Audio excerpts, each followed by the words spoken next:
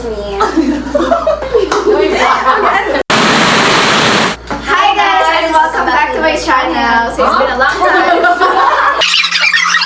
Hi guys, and welcome back to my channel. So for today's vlog, we're going to have catching up with besties, okay? So ayan, we are very busy with our college ganaps, and now that we are professionals, so yarn. Okay, kailangan namin mag-catch up because we have our bride to be here.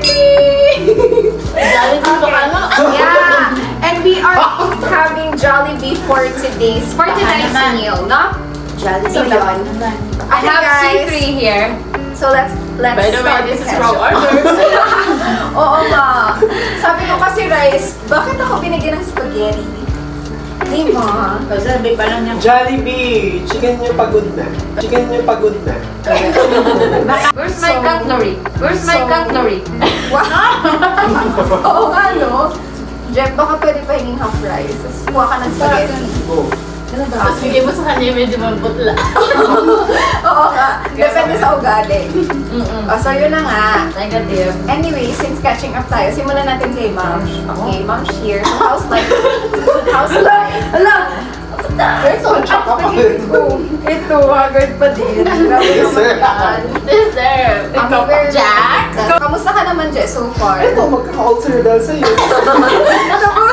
Sama ng ugali nila, di ba? Ito, mahirap kung hindi ko na alam kung saan ko i-start.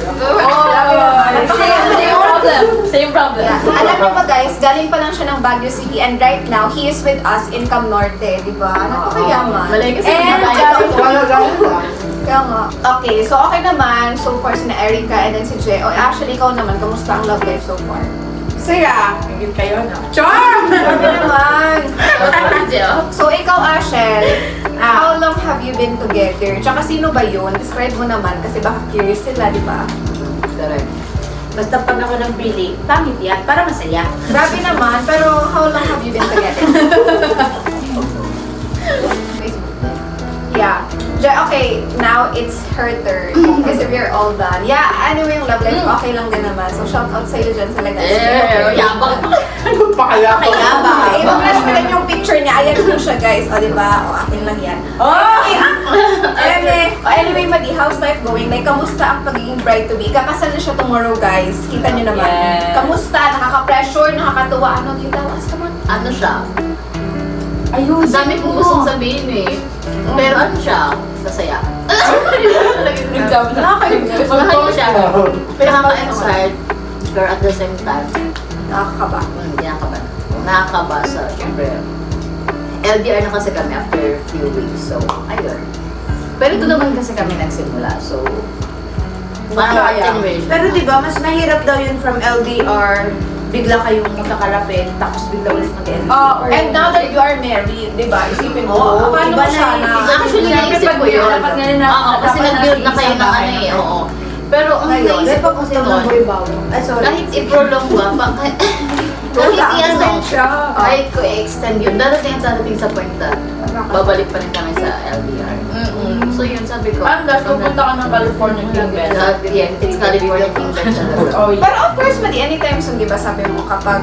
Okay na yung Oo, paper. kapag okay na lahat. Ilalaban naman natin. Oo. And when the time is super duper right, though you are Correct. married na. Kasi... So ngayon, dito muna tayo. Enjoy muna natin yung pagkain natin ng masarap ni Jollibee. It's okay. Jollibee yung order ko, rice eh. Bakit spaghetti ko? Uy, tanongin mo kung ano yung balak nila, kung ilang anak. Ay, oo nga. So ngayon, Madi, syempre, we're not getting any younger, especially you that you are now having... You're 29, right? Yeah. Yeah. Ano Times yun? divided by 4. So, new chapter of We your are life not na to. getting younger, Any especially younger? you. Especially you Not na any younger. magbago ng chapter. Basta yun na yun. Okay, English English major. Any younger, right? Hindi kasi ako English major, so a bit, nag-awit pa. Anyway, Hindi na tayo mag-usap. ilan naman? Ay, bago naman yun. Wag na muna yun, syempre. O, Ready na tanungin sana naman ako natin sa... siya. Actually, Ay, ready ka na. Sige, ilang How about you, Kyle? Kailan masusundan si Free? Kailan masusundan si Free? ikaw talaga, direct agent ka lang. I miss you, Bamba. How about you, Kyla? When you are planning to get married? Yeah. Yeah. At the age of 31. 31. Joke lang, wala akong plano. Pero Pero diba, scientifically speaking, mahirap ka nang mabuntis. Pwede ba yun? Ang mga ano? Science na major science, po siya.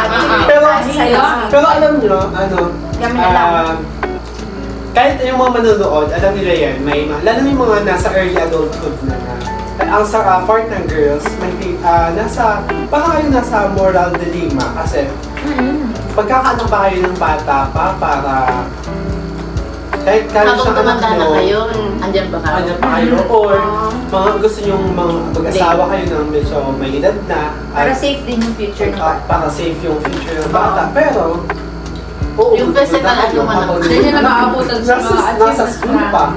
Correct, that's right. Sa ako naman kasi, joke lang naman yung 31. Siguro ko naman mga at least 28 to 29. Pero kasi Yeah, ay, before mag-30, yun May- parang safe. yeah, may nabasa ako actually guys. Ang sabi niya is that, nung tinanong din siya kung kailan niya planong mag-family, ang sabi niya lang, when the time is right, kapag stable na lahat. Pero when is it really the right time na ma-feel mong stable ka? For the sure. Oo, kailan mo ma-feel yung stable ka na? Like, Kailan? Kapag dying ka na. Sabihin mo na talaga flatline. Feel mo mali yung privacy sa diri mo. Ay, pag isang Talaga? title na lang. I think ano yun, para sa mga babae, kasi malaki yung factor ng decision natin eh. Ano ba? Anong tanong mo? Yung pagiging stable na may asawa ka na? Stable as in Financially. Emotionally, spiritually, Yeah. financially, lahat. Especially financially, Basically. hirap ng buhay ngayon mo. I think depende naman kung ano yung gusto. Sa akin naman, hindi siya pwedeng masagot ng isahan sa isang tanong. Kasi Sa bagay. walang taong stable lahat ng Yeah, aspect. perfect. That's perfect. Wala niya check. Kaya nga. Pero mas magandang answer yan kapag stable ka na sa partner. Pero kung pag-uusapan natin kung ready ka na to get married, for me, ready ka na, malalaman mo kapag Okay na feel mo yung ang partner. kulang na lang sa'yo, partner. Ay, Yun na nga talaga. Yun na lang yung sign sa'yo na, Actually, okay, parang prepared na ako. Yun na yung mahirap ganito. Kasi Kasi ang pangit na maghahanap ka, na feel mo, prepared ka na mag-asawa, magkakaroon pero di mo naisip na hindi ka pa pala Ready to financial stable. yun na yung mahirap guys. Kasi sabi din diba, si Lord, hindi niya binibigay yung lahat. So pwedeng ikaw, kunyari, stable ka sa career mo, sa love Ay, life hindi mo. binibigay sa inyo yung lahat. Pero talaga, iba, perfect siya guys, perfect siya. Basta ako siguro, basta kapag nakapag-give back na ako sa family ko, kapag yung as in sapat na yung deserve talaga nila. Tapos kapag kaya na namin tumayo sa sarili namin mga paso, I think that's the right time to settle down. Mas okay. Taba. Pero yung sa ito lang, doesn't mean mag-baby na kayo. That's it, yeah. Yung mga ganun. Tsaka, For me, there is no exact age. Ages from 24 to 30 plus. Wala kang masabing exact age kung kailan ka na pwede magpakasal. Kasi ang basis na doon hindi na edad for me. Tama. Stability. Stability. Stability. Comment down below if you agree. Kung stable ka na talaga, diba? but sometimes Kasi pwede hindi ka naman to 35 ka, wala ka ba pera? Oo. Halata na na. So hindi mo pwedeng sabihin na kala 25 na ako. Parin mo ka na. Kaya nga. Pero sometimes, naman kita ka. idea lang siya para sa taong talagang yung dreams mo is to become stable in life. Pero kung when we are talking about getting a partner, feeling ko, mafe-feel mo naman Mafe-feel mo lang, mas kailangan ka okay mong na. stable. I mean, mas kailangan ka mong duwa, financially stable ba? But Basta when okay you feels na na parang ano, na parang You're ready na. gusto mo na ini, kasi so, minsan baga so love na overpower ka itong love, so pagiging tama kang pag-iisip na dapat isipan mo kung stable kamo or dae. Pero pag love na sa ano, parang ang gusto mo lang is to be with this person. Mas kilain ka mo super stable na at At nag-iisip least mo na you lang. ano, At nag-iisip mo you're na lang. together na. Oo, we'll get in this together or then correct. magiging ma-succeed ka mo together. Pero Yun naman talaga. So it's a matter of choice, right? Yeah. Okay. Anyway, lahat naman ng mga sinabi namin, that's just based on our opinion. So you also have your own opinion. You are free I to don't bash know, everyone. Yeah, especially itong naka-corner outfit. Habang pinag-uusapan natin about yung sa marriage, for me lang one of the factors ba siya influence tayo ng social media. Kasi for me social media has become so ideal for us, lalo na sa ating mga Nasa ganitong mga age. ganitong age. Kasi nasa early adulthood. Kasi Sa social media kasi, feeling ano... pag nakita mo sa social media, akala mo, okay, ganitong age pala. Pwede pa. Totoo. Okay na mag-asawa. That's why siya masyado. Yeah. That's why minsan yung teenage pregnancy. Kasi nakakalimutan natin na yung mga videos or subjects sa specific video is iba naman ang buhay din sa buhay natin. Even before they become adult like us. Ayo. Yeah. Different perspective in life, different pinagdadaanan, different opinions. So yeah. We just have to remind ourselves always na Time-lapse tayo, Ah. time-lapse. Okay. Okay, dapat Dali ba makikancel? Meron pa kami. Go, ma'am. O tapos Ikaw ang finale. wala na, nalingaw na. Dahil sabi mo, what you always remind yourself to. Officer, no, hindi ko na. Okay. I-remind, Jack! mo lang, hindi mo lang i-remind. Tawagin mo si Jack. Jack, there, Jack.